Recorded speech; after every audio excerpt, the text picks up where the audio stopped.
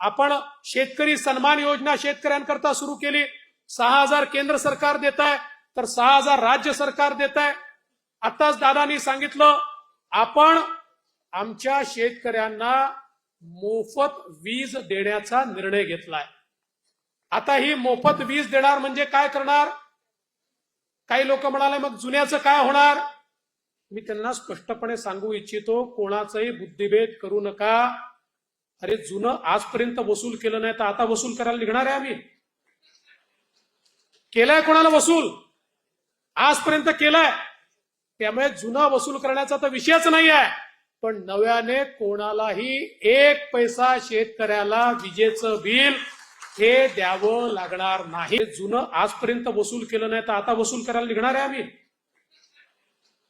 केलंय कोणाला वसूल? आजपर्यंत केलंय. त्यामुळे जुनं वसूल करण्याचा तर विषयच नाही आहे.